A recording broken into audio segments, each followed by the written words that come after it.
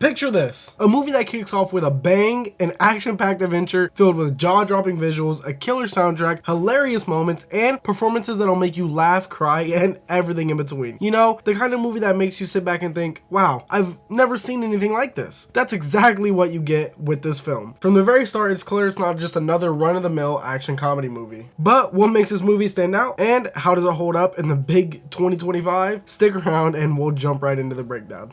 Welcome back to another movie review. Today, we're diving into Free Guy, the 2021 action comedy that blends video game chaos with an unexpectedly heartfelt story, starring none other than Ryan Reynolds, and directed by Shawn Levy. This film delivers over-the-top action, hilarious gaming references, and a fresh take on the idea of free will, all while keeping things light. And of course, no movie is perfect, so we'll also take a look at what worked, what didn't, and whether this movie still holds up as one of the best video game movies in recent years. Oh, well, it's a video game movie, but not based on a real life video game. It's like a loosely GTA-esque video game in the movie. But with that being said, let's jump right in.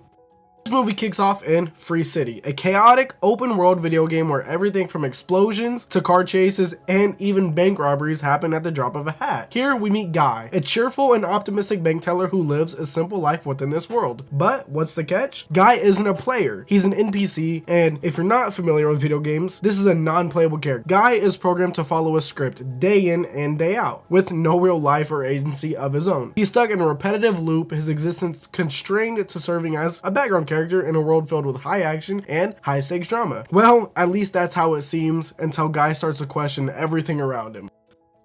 This is the moment Guy meets Molotov Girl, a mysterious in-game player, that's important, who's actually Millie, a programmer in the real world trying to recover her stolen code. This is where things get really interesting. Through his interactions with Millie, Guy begins to break free from his predetermined path. He starts making choices, very small at first, but very significant at the same time. Soon, he's leveling up, gaining new skills, and even becoming a hero in a world designed to keep him powerless. What initially seems to be a lighthearted twist on the video game hero trope becomes something far deeper. The film leans into themes of self-awareness and free will, questioning what it means to truly be alive and in control of one's own destiny. But this shift in Guy's behavior doesn't just shake up the virtual world. It triggers a chain of events that reverberates in the real world as well, where Millie and her former partner Keys uncover a shocking truth. The game's egotistical developer Antoine, we'll get to him later, has stolen the original AI code to build Free City. As they rush to expose Antoine and save their creation, Guy becomes more than just an NPC. He's the key to proving their case and restoring their stolen game. This movie is as much about the spectacle of the video game world as it is about the deeper, more philosophical questions it raises. Sure, there are wild in-game sequences, ridiculous physics, and over-the-top gaming tropes, like think about vehicles flying through the air and characters defying the laws of nature. But at its core, Free Guy is a film about breaking free from constraint and choosing your own path. Though there's tons of action and comedy, they serve as a backdrop for Guy's journey from side character to main protagonist. And let's not overlook Guy's emotional journey. His feelings for Molotov Girl, or rather, Millie, go beyond programming. He's not just following a script or fulfilling a role, he's developing real emotions, which adds an unexpected layer of depth to his character. The emotional growth parallels the larger story about free will, as Guy's transformation reflects the very human desire for anatomy and love. There are plenty of great moments in Free Guy, but one of the most unforgettable has to be the final battle against Dude. Just when it seems like Guy has no chance, he pulls out a Captain America shield, complete with a quick cameo from Captain America Chris Evans himself. Then, as if that wasn't enough, he follows it up by using a lightsaber and a portal gun, sending the audience into a frenzy of gaming nostalgia. It's a moment that perfectly captures what makes this movie so fun. It's very self-aware, packed with surprises, and delivers pure entertainment. Now that we talked about the plot points and the golden moment, let's talk about my likes and dislikes. Okay, so first we're going to start off with the likes. I personally loved the character arcs. The evolution of Millie and Keys is one of the most satisfying aspects of this film. Watching their dynamic shift from antagonistic to genuine respect is really rewarding. It's not just about them overcoming external challenges, it's the personal growth they go through. By the end, their journey feels complete, and that emotional payoff is one of the movie's highlights.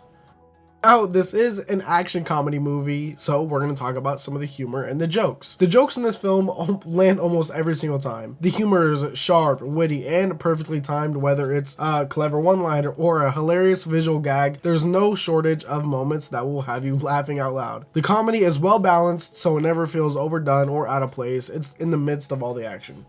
And man, the soundtrack. From the very first moment the movie kicks off, you get an instantly get locked in. The music is so great. It grabs your attention and doesn't let go of it. And the music also complements every scene perfectly. Whether it's action, drama, or emotional moments, the soundtrack helps amplify these scenes in every way. Right along with that soundtrack, you have the visuals. The movie is absolutely stunning to look at. The visuals are crisp, clean, and vibrant, with every scene thoughtfully designed, whether it's action sequences or smaller, quieter moments. The cinematography consistently impresses me in every scene. It's clear that the filmmakers put tons of effort into making everything visually engaging, and it really pays off. Now that we talked about the big stuff, the character arcs, the soundtrack, the visuals, we're going to talk about some cameos. The cameos in this movie are actually insane, and you also don't get one type of cameo. We get cameos from famous actors like Dwayne Johnson, John Krasinski, and Hugh Jackman as masked players in the game. And we also get cameos from famous YouTubers like Jacksepticeye, DanTDM, and Laserbeam. They are just, streamers reacting to Guy in the game. And you can really tell based off just this effort alone that they really had a target audience in mind. And if you are in that audience, you would absolutely love it. It'll just be a feast for you. Although I did just drop a bomb on you, we're going to move into the dislikes. And my biggest dislike in this movie is probably Taika Waititi's character Antoine, the CEO of the company. While Taika is usually a highlight, his role here just didn't work for me. His character was not a bit. He was very annoying and kind of frustrating. I found myself just not wanting to see him on the screen. And of course, that's a testament to his ability as an actor. He made me feel something, even if it was irritation and anger, but it was kind of still hard to get past. Although, now that I think about it, it didn't bother me all that too much. This isn't necessarily a dislike, it's just something I like to mention.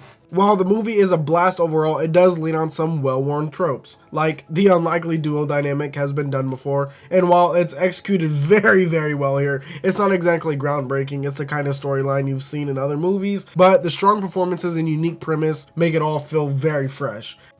Now that you've heard my likes, my dislikes, now we're going to talk about why this movie works overall. And I might sound like a broken record here because I've already talked about some of these things earlier in this video, but we're at the end now. We're going to talk about why it worked. At its core, Free Guy succeeds because it's a movie that knows exactly what it wants to be. Fun, fast-paced, and full of heart. It takes a high-concept premise and delivers it with sharp humor, a charismatic lead, and a genuine emotional depth. Unlike many video game movies that get lost in the spectacle, this one never forgets to focus on its characters. Ryan Reynolds carries this film with his signature charm, but it's the supporting cast, Jodie Comer's Millie, Joe Curie's Keys, and Lil Ray Howery's Buddy, which is my personal favorite character. They all bring balance to the comedy and action. And while it could have explored its deeper themes more thoroughly, it still manages to offer a fresh take on gaming culture while delivering an entertaining, feel-good story. Ultimately, Free Guy isn't just about a video game world. It's about breaking out of routines, embracing change, and rewriting your own story. And that's what makes it more than just another action comedy. Thank you for joining me in today's minimal spoiler review. If you enjoyed this video, be sure to subscribe and feel free to check out my previous video. I put a lot of work in these videos and I try to improve on each one. So if you can, check it out. It tells the algorithm that my videos are worth watching, and as always, stay curious and let's keep the conversation going.